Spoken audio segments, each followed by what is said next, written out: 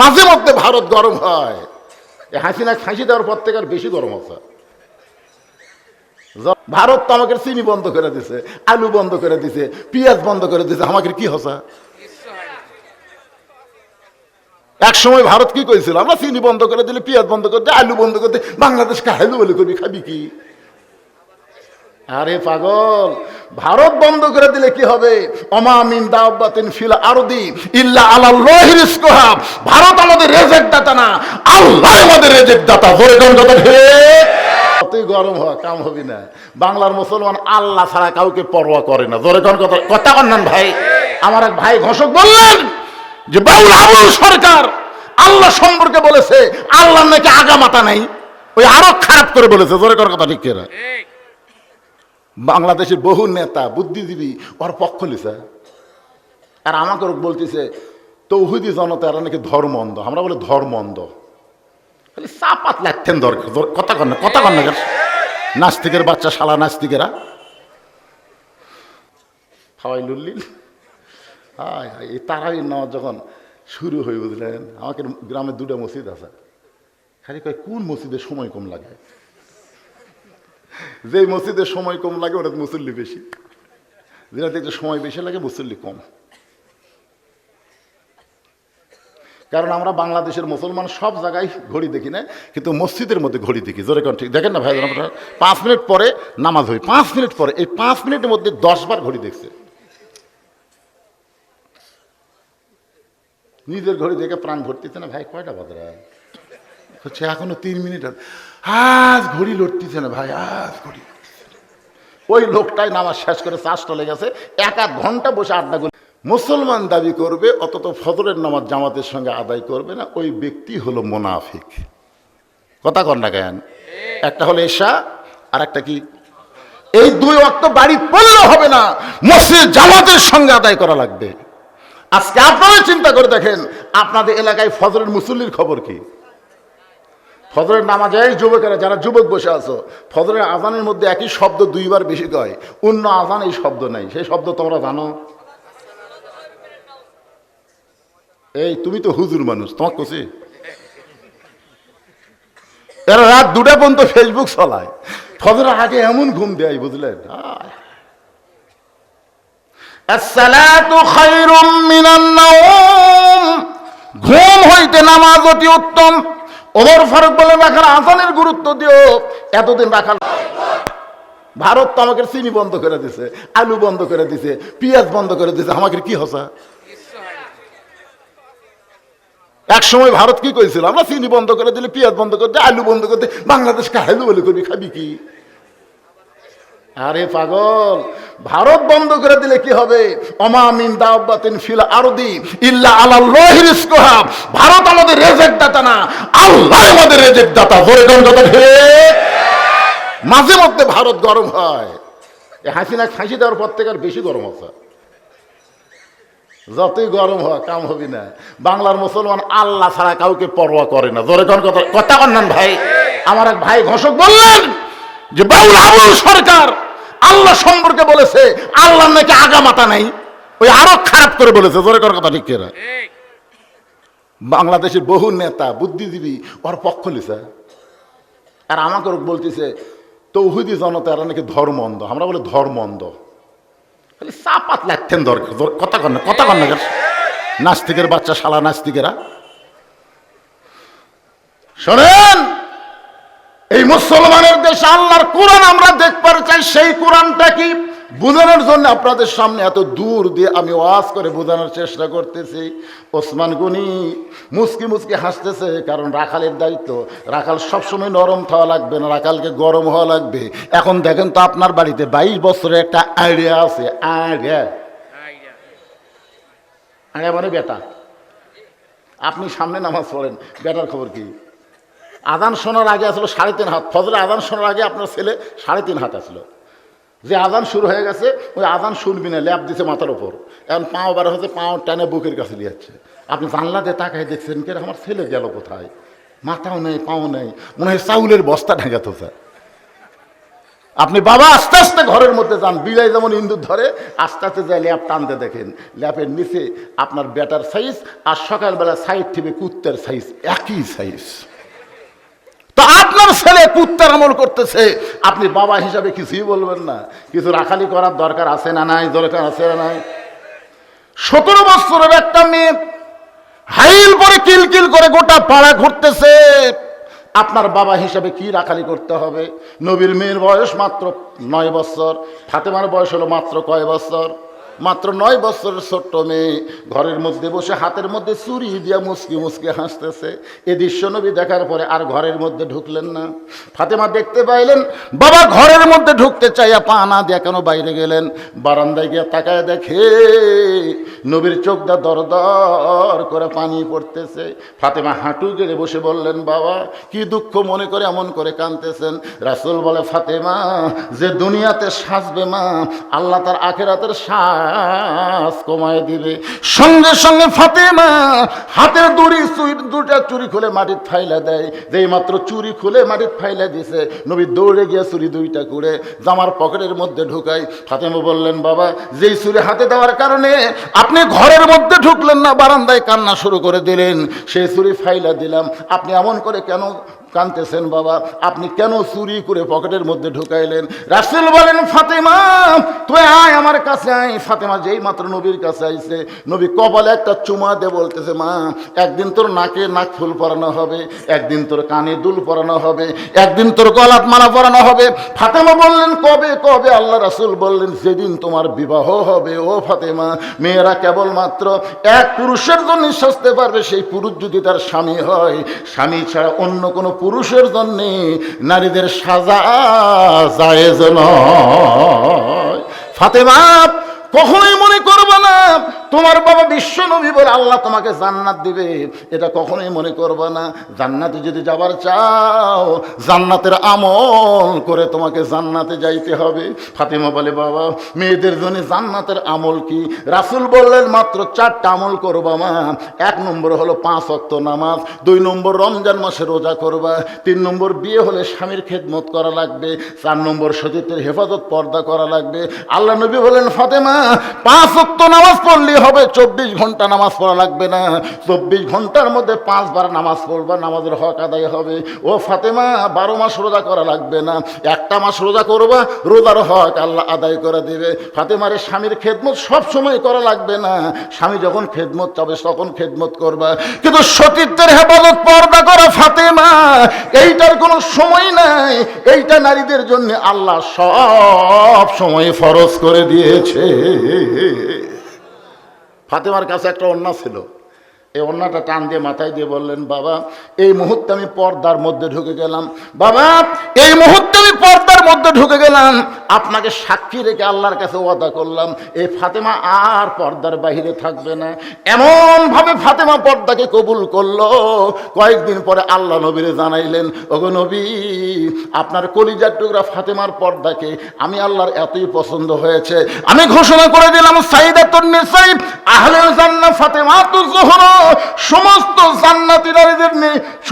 জান্নাতি নারীদের নেত্রী হিসাবে আমি আল্লাহ আপনার মেয়ে ফাতেমাকে ঘোষণা করে দিলাম। কেমন পর্দা নিশি! এখানে অনেক হাজি সাহেব আছে, অনেক হাজি, সবাই হাজি।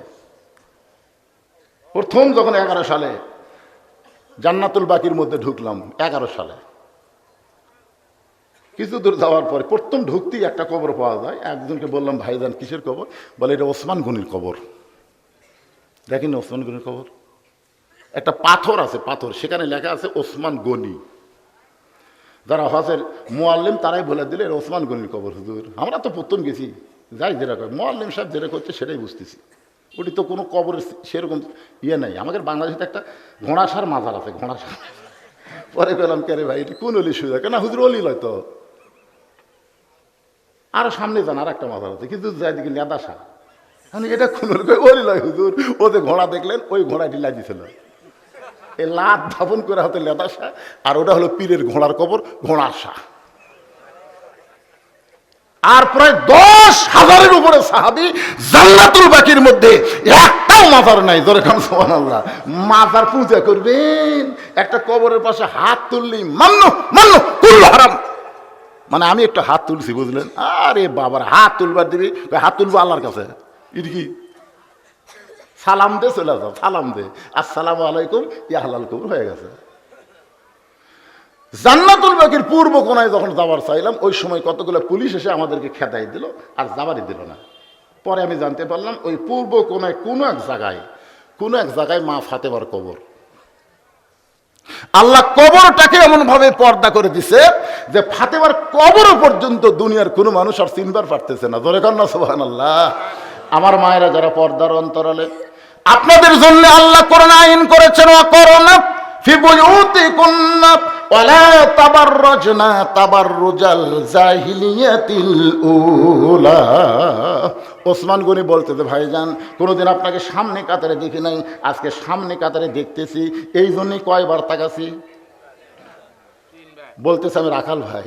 তো রাখালি তো কি জন্য সামনে কাতারে? বল দেখার জন্য আছি ভাই, বারান্দার নামাজ পড়ি তো দেখা যায় না, এই জন্য সামনে কাতারে আছি, আজকে পান ভরে দেখবো, তারপরে চলে যাবো, আর কোনোদিন সামনে কাতারে আসবো না, কারণ সামনে কাতারে আসার ঠেলা আছে। কারণ যারা বারান্দাত নামাজ পড়ছে এরা জানে নামাজের একটা আলাদা মজা, শেষে আসে আগে যাওয়া। কিন্তু যারা সামনে কাতারে যায় এরকে কিন্তু ঠেলা আছে না নাই? রাখাল বলতেছে আজকে দেখা হলেই চলে যাবো, আর কোনোদিন আসবো না। ওসমান গনি বলতেছে আজকে যে তোমার দেখা হবে তার গ্যারান্টি কি? রাখাল বলতেছে গ্যারান্টি মানে আর চোখ ভালো। ওসমান গনি বলে, ভাইজান আজ কয়েক বছর হলে সামনে কাতারে নামাজ পড়ি, এখনো পর্যন্ত আমার দেখা হয় নাই। রাখাল বলতেছে চোখের সমস্যা আছে নাকি? ওসমান গনি বলে হতে পারে। রাখাল বলে কয়েক বছর হলে সামনে কাতারে নামাজ পড়ে এখনো পর্যন্ত দেখা হয় না। ওসমান গনি যা দেখতে চায় তিনি হলেন নামাজের মালিক আল্লাহ। সুবহানাল্লাহ কান্না কেন? আল্লাহ রাসূল বলেছেন আনতাবুদুল্লাহ কাআন্নাকা তারাহু ফাইন লাম তাকুন তারাহু ফাইন্নাহু ইয়ারাকা। কোন আল্লাহর বান্দা যখন ইবাদতের মধ্যে শামিল হয়ে যায়, ইবাদতের মালিক আল্লাহকে দেখতে পায়। আল্লাহ যদি দেখা সম্ভব না হয়, আল্লাহ তাকে দেখতেছে, এই বিশ্বাস তার কলিজায়। আপনারা বলেন তো আমরা যখন মসজিদে যাই আমাদেরকে কে দেখে? আরো জোরে। তাহলে আপনি বলেন তো, আপনি এমপির বাড়িতে গেলে আপনি যেমন তেমন পোশাক পরে যাবেন? প্রধানমন্ত্রীর অফিসে গেলে কি ভাবে যাবেন? তাহলে আল্লাহর ঘরের মধ্যে ঢুকতেছে 4,500 গামছা গাওয়াত দেয়। আমারই চাষা 4,500 গামছা গাওয়াত দেয় মসজিদের মধ্যে ঢুকতেছে। চাষা গামছা, চাষা বলতেছে ফতুয়া দে, তুই ফতুয়া দে, গামছা দে নামাজ হবি না। আমি বললাম চাষা খালি গামছার কথা করতে আপনি যেই গরম, এই জন্যই তো হাসিনা তোর দেওয়া পারে না রে, এই জন্যই। আমি বললাম চাষা আমার কি ভুল হচ্ছে? চাষা খালি বলছি গামছা এত গরম হলেন কেন? তো গামছা গাওয়াত দে নামাজ হবে না, সেই ফতুয়া দে। আমি বললাম চাষা এই গামছা গাওয়াত দে আপনি বিয়ের বাড়ি যাওয়ার পারবেন? চাষা বলছে তুই কি মনে করছিস ফকির, এই বছরই 5টা পাঞ্জাবি বানাচ্ছি রে, 5টা। বিয়ের বাড়িতে গামছা গাওয়াতে যাবো কেন? আচ্ছা চাষা গামছা গাওয়াতে জামাইয়ের বাড়ি যাওয়ার পারবেন? চাষা বলতেছে ওয়াজ করে করে তোর মাথা খারাপ আছে রে, জামাইয়ের দাম নাই, জামাইয়ের বাড়ির শ্বশুর কোনদিন গামছা গাওয়াতে যায়? আমি বললাম বিয়ের দাম বুঝলেন, জামাইয়ের দাম বুঝলেন আল্লাহ। আপনার যদি পাঞ্জাবি না থাকতো সেটা ভিন্ন কথা, এই বছরে 5টা বানাচ্ছেন। আল্লাহ কোরআনে বলেছেন লেবাসুত তাকওয়া, এমন একটা পোশাক পরো যে পোশাক পরলে পোশাকের কারণে তোমার মধ্যে আল্লাহর ভীতি আসবে। বলেন সুবহানাল্লাহ। এমন একটা পোশাক পরে মসজিদে যাওয়ার দরকার আছে না নাই? জোরে কোন আছে না নাই? ওই শার্ট গাওয়া দিয়েছে আর লুঙ্গি পরছে, তাও শার্ট আবার টাকনির উপরে, ঠিক এই পর্যন্ত। রুকুর থেকে যে শেষদাত গেছে পিছনের জিনিস টেপা হয়ে আছে। এখন দ্বিতীয় কাতারের কাবা পরিবর্তন আছে, ওদিক তাকাই কই কি রে। আর যদি পাঞ্জাবি থাকতো তাহলে পিছনে এই জিনিসটা ঢাকা যেত। জোরে কথা কর না কেন ভাইজান? একটু মনোযোগ দেন। ওসমান গনি বলতে যে ভাইজান কয়েক বছর সামনে কাতারে নামাজ পড়ি, এখনো পর্যন্ত দেখতে পাইলাম না। রাখাল বলতেছে তোমার চোখে সমস্যা আছে, তুমি আমার হাত ধরো, আমি নিজেও দেখব এবং তোমাকেও দেখায় দেব। এমন সময় আল্লাহর কোরআন ওসমান গনির সামনে এসে বলতেছে ইয়া আইয়ুহাল্লাযীনা আমানুত্তাকুল্লাহা ওয়া কুনু মা'আস সাদিকিন। রে ইমানদার বান্দারা, আল্লাহর ভয় যদি কলিজার মধ্যে রাখবার চাও, তাহলে আল্লাহওয়ালা সত্যবাদীদের তোমরা সাথী হও। এ কথা কার? ওসমান গনি রাখালকে সত্যবাদী বিশ্বাস করে রাখালের হাতটা ধরে বসে আছেন। কিছুক্ষণ পরে ফজরের জামাত যখন শুরু হবে, এমন সময় মুয়াজ্জিন আকামত দেওয়া শুরু করেছে। মুয়াজ্জিন যেই মাত্র আকামত দেওয়া শুরু করেছে, ওসমান গনি রাখাল দুইজনে দাঁড়াইছে। এমন সময় হযরত ওমর মেহরাবের মধ্যে ঢুকতেছে। এখন হয়তো আপনারা বলবেন, হুজুর হযরত ওমর কোন দিক দিয়ে ঢুকলো? কোরআন দিয়ে যখন রাষ্ট্র চলবে, তখন ইমামকে মসজিদের দরজা দিয়ে মেহরাবে আসা লাগবে না। ওই মেহরাব বরাবর একটা দরজা থাকবে, ওই দরজার ওই পারে নেতার একটা রেস্টরুম থাকবে। আকামত যখন শুরু হবে, তখন ইমাম মসজিদের মেহরাবে ঢুকবে। যেই মাত্র হযরত ওমর মেহরাবের মধ্যে ঢুকতেছে, এমন সময় ওসমান গনি রাখালের হাতটা ধরে দাঁড়িয়ে আছে। আর রাখাল খালি কে রে ই তো আমাকে করলো যে উমরকে যদি দেখ পারতাও তো সামনে কাতার যাও। আবার এই মেহরাবের মধ্যে দেখতেছি কি গোলক ধাঁধা শুরু হলো। যেই মাত্র মুয়াজ্জিন বলেছে কদ কামাতিস সালাহ, কদ কামাতিস সালাহ, সঙ্গে সঙ্গে রাখাল আল্লাহু আকবার। রাখাল যেই মাত্র আল্লাহু আকবার লোকমা দিয়ে ওসমান গনি হাত ছাড়ায় বলতেছে, ভাইজান ইমাম সাহেব ভুল করলে মানুষ লোকমা দেয়, আর এখন পর্যন্ত মুয়াজ্জিন আকামতি শেষ হয় নাই, তুমি আল্লাহু আকবার লোকমা দিলে। রাখাল বলতেছে, এই জন্যই তো তুই কানা, সামনে কাতারে কয়েক বছর নামাজ পড়িস, এখন পর্যন্ত দেখ পারবাস না, এই জন্যই তো তুই কানা। সঙ্গে সঙ্গে দ্বিতীয় কাতারে একজন সাহাবী দৌড়ে এসে রাখালের হাতটা হ্যাঁচকা টানতে বলে, পাগল রে, তোর হাতকে ব্যক্তি ধরেছিল যাকে তুই কানা কানা বলে তিরস্কার করিস, এই মহান ব্যক্তিরে তুই চিনিস? রাখাল বলতেছে, আমি বারান্দাত নামাজ পড়ি, আমি ভিতরের কাউরে চিনি না। সাহাবী কান্দার বলে, পাগল, তুই যারে কানা কানা বলে তিরস্কার করলি, যে তোর হাত ধরেছিল ওই ব্যক্তি হলো আল্লাহর নবীর ডবল জামাই ওসমান গনি। রাখাল ছোট বাচ্চার মতন কান্দের বলে, ভাই এই জন্যই হে বারান্দার নামাজ পড়ি, এই জন্যই। ভিতরের দামি দামি সাহাবীর কাউরে আমি চিনি না, কিন্তু ওই পথিক আমার সর্বনাশ করছে। ওমর ফারুকের দিকে আঙ্গুল দেখায় বলতেছে, ওই পথিক আমার সর্বনাশ করেছে, ওই পথিক আমারে কয়েছে ওমরকে যদি দেখবার চাও তাহলে সামনে কাতারে নামাজ পড়বা, মেহরাব দিয়ে লক্ষ্য করে দেখবা যে এই মানুষটা ইমামতি করবে, সেই মানুষটি হলেন হযরত ওমর। আমার সারা জীবনের সাধনা একটা বার শুধু হযরত ওমরকে আমি দেখবার চাই।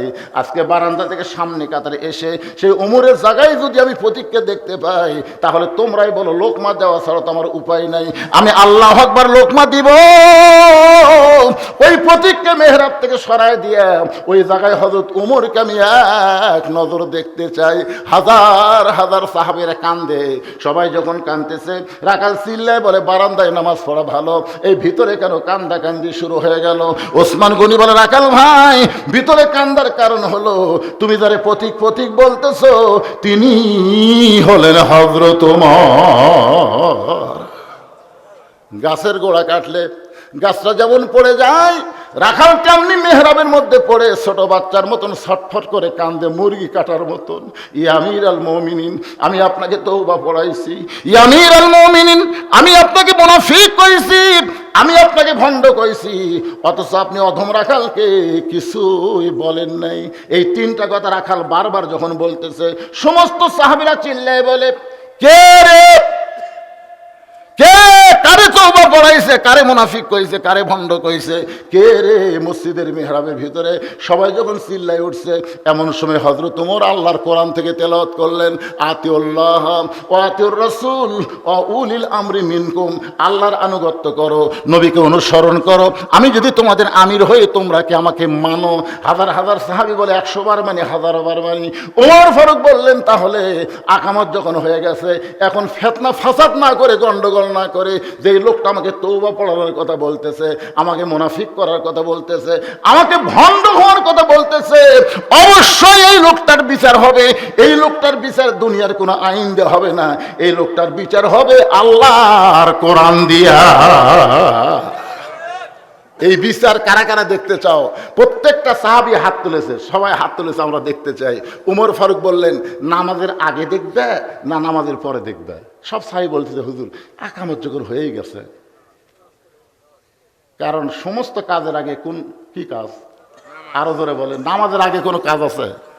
ওমর ফারুক বললেন, আজকে তোমরা দেখবা আল্লাহর কোরআনের আইনের বিচার। আজকে যারা আমার সামনে বসে আছেন সমস্ত সাহাবীরা দেখতে চায়, আপনারা কারা কারা দেখতে পারছেন? আল্লাহকে একটু হাত দেখান তো দেখি। যারা দেখতে পারছেন আপনি দেখবেন না ভাই? তোলেন, টান টান করে তোলেন না কেন? আল্লাহ এই হাতগুলো তোমার ফেরেশতা দিয়ে অডিও ভিডিও করে নাও। প্রত্যেকটা হাতওয়ালা মানুষকে আল্লাহ তুমি জান্নাতি কবুল করো, জোরে করো আমিন। মানুষের আইনের বহু বিচার আমরা দেখছি, একটা বিচারও আমাকে পছন্দ হচ্ছে না, জোরে কোন কথা ঠিক কিনা? এতদিন হাসিনা করছে আমাকে পছন্দ হয়নি, এখন ইউনুস করতেছে, হাসিনার পছন্দ হচ্ছে না। আজকে আল্লাহর কোরআনের আইনের বিচার আমরা প্রাণ ভরে দেখবো, দেখবেন না ভাইজান? মাশাআল্লাহ। কিন্তু ফজরের 2 রাকাত ফরজ নামাজ পড়াতে একটা সময় লাগবে। এই সময় আমরা যদি নামাজ পড়াই তাহলে লাগে 5 মিনিট, কিন্তু হযরত উমর যেখানে নামাজ পড়াচ্ছে আমাকে মতন এত ধড়ফড় করবে? আমাকে তো নামাজ বুঝতেছেন খাওয়াই লুল্লিল। হায় হায়, এই তারাবির নামাজ যখন শুরু হয়ে, বুঝলেন, আমাকে গ্রামে 2টা মসজিদ আছে, খালি কয় কোন মসজিদে সময় কম লাগে। যে মসজিদের সময় কম লাগে ওটা মুসল্লি বেশি, যেটা দেখতে সময় বেশি লাগে মুসল্লি কম। কারণ আমরা বাংলাদেশের মুসলমান সব জায়গায় ঘড়ি দেখি না, কিন্তু মসজিদের মধ্যে ঘড়ি দেখি, জোরে কোন ঠিক দেখেন না ভাই? 5 মিনিট পরে নামাজ হয়, 5 মিনিট পরে, এই 5 মিনিটের মধ্যে 10 বার ঘড়ি দেখছে। নিজের ঘড়ি দেখে প্রাণ ভরতেছে না ভাই, কয়টা বাজে হচ্ছে এখনো 3 মিনিট, আজ ঘড়ি লড়তেছে না ভাই, আজ ঘড়ি। ওই লোকটাই নামাজ শেষ করে 4 চলে গেছে, 1-1 ঘন্টা বসে আড্ডা